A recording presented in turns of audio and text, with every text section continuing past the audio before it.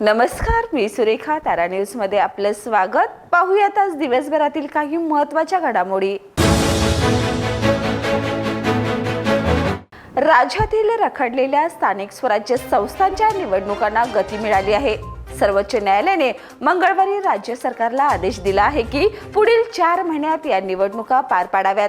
त्यामुळे निवडणूक आयोग व प्रशासनाची जबाबदारी आता अधिक वाढली आहे.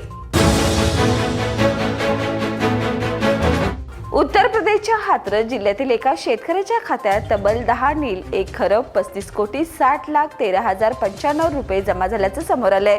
शेतकरी ही रक्कम पाहून चक्रावलाय. पोलीस आणि सायबर टीम चौकशी करत आहेत.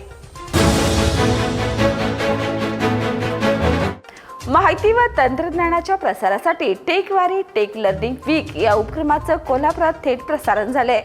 जिल्हाधिकारी अमोल येडगे यांनी अधिकारी कर्मचाऱ्यांना प्रशिक्षणाचा लाभ घ्यावा असं आवाहन केलंय. कागल शहरातील जयसिंगराव पार्क विजयमाला गार्डनच्या नूतनीकरणासह अमाई आवास योजनेअंतर्गत 99 लाभार्थ्यांना मंजुरी पत्र वाटप करण्यात आलंय. नामदार हसन मुश्रीफ यांच्या हस्ते या विविध कामाचा लोकार्पण सोहळा संपन्न झाला.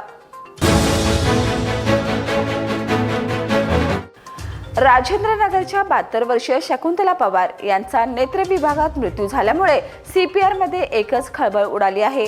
3 डॉक्टरांना सक्तीच्या रजेवर पाठवलं असून अधीक्षकांना पदावरून पदमुक्त करण्यात आले.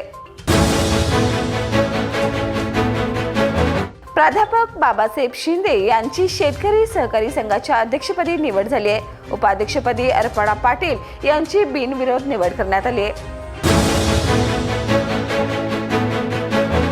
या वर्षीच्या IPL स्पर्धेत चेन्नई, राजस्थान, हैदराबाद हे संघ टॉप 4 मधून बाहेर पडले असले तरी ऑरेंज कॅम्पसाठीची शर्यत चांगलीच रंगली आहे. 2 फलंदाजांनी 500 धावांचा टप्पा पार केला असून दर सामन्यानंतर मानकरी बदलतो आहे.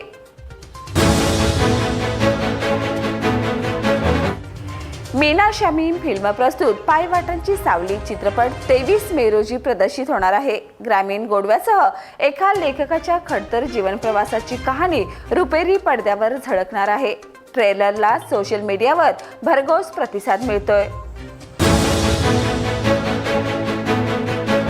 तर या होत्या आज दिवसभरातील काही महत्त्वाच्या घडामोडी. उद्या पुन्हा भेटूया नवीन बातमीपत्रासह. तोपर्यंत पाहत राहा तारा न्यूज.